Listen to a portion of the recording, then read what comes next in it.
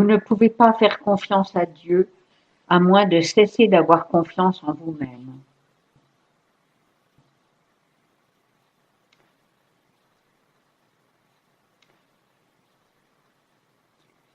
Paul ne parla pas d'avoir la foi jusqu'à ce qu'il ait perdu toute confiance en sa chair. Il prit tout ce qu'il connaissait, toute son éducation, sa confiance en soi, ses capacités, ses doctrines et son zèle, et les a rejetées comme des ordures. Il parla de foi seulement après qu'il ait dit « Je n'ai aucune confiance en ma chair ». La même chose est vraie pour nous. Nous n'avons pas la foi qui sauve, jusqu'à ce que nous arrivions à cesser de croire que quelqu'un ou quelque chose d'autre que Jésus peut nous sauver.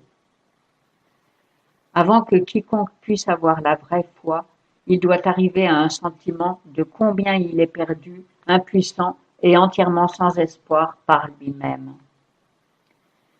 Vous pourriez objecter en disant, presque à chaque fois que Jésus a accompli un miracle, il disait aux gens, « Crois seulement ».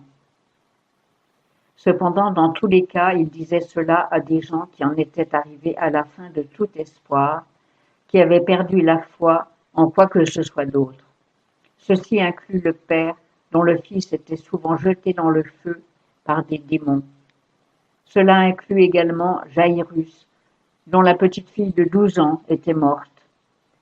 Leur foi naquit de la prise de conscience que rien d'autre dans le monde n'était de la moindre utilité.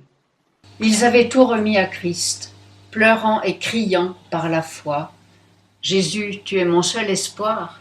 Si tu ne le fais pas, cela ne peut pas être fait. » Cependant, la foi qui sauve, la foi qui justifie, implique davantage que d'abandonner toute confiance dans la chair. Cela implique également de soumettre votre vie entière à Christ avec tout votre cœur. Cela inclut une repentance qui dit « Jésus, je n'ai rien à t'offrir, je ne suis rien et je n'ai rien. Je suis venu pour me soumettre à ta seigneurie. » En Romains 10, 9, Paul caractérise la foi qui sauve comme le fait de croire avec votre cœur et de confesser de votre bouche. Il dit que la foi est davantage que simplement donner son assentiment mental. Il s'agit plutôt de soumettre votre vie entière à lui avec tout votre cœur. En Actes 8, 37, Philippe a dit à l'eunuque, « Si tu crois de tout ton cœur », l'eunuque a répondu, « Je crois », et il fut sauvé. Ce n'était pas un simple oui mental à Jésus par l'eunuque. C'était une complète reddition de sa volonté, un abandon même de sa vie et de son futur dans les mains du Seigneur. Il avait cru avec tout son cœur. En contraste, Simon, le magicien, crut à la prédication de Paul. Pourtant, il eut seulement une foi temporaire parce que son cœur n'était pas dedans. L'Écriture dit qu'il restait accroché à l'amertume. Voir Actes 8, 13. Effectivement, des multitudes de gens, au jour de Jésus, crurent temporairement au nom de Christ. Mais Jésus ne se fiait pas à eux parce qu'il savait que leur cœur n'était pas entier pour lui. Voir Jean 2, 23-24.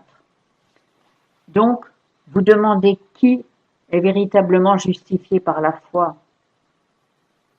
Qui a la parfaite justice de Christ mise à son crédit?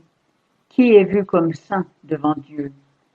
C'est celui qui est arrivé à la fin de croire en aucun secours humain, qui sait qu'il est perdu et impuissant. Cette personne a tout essayé et a échoué. Et maintenant, elle a remis sa vie entière dans les mains du Seigneur, avec tout son cœur, tout son esprit, toute son âme et toute sa force. Il s'écrie, « Seigneur, je suis à toi, prends tout de moi, je veux être libéré de tous mes péchés, je veux vivre la vie du Christ. Tu es mon seul espoir. » Voici un autre aspect important de la foi qui sauve, de la foi qui justifie.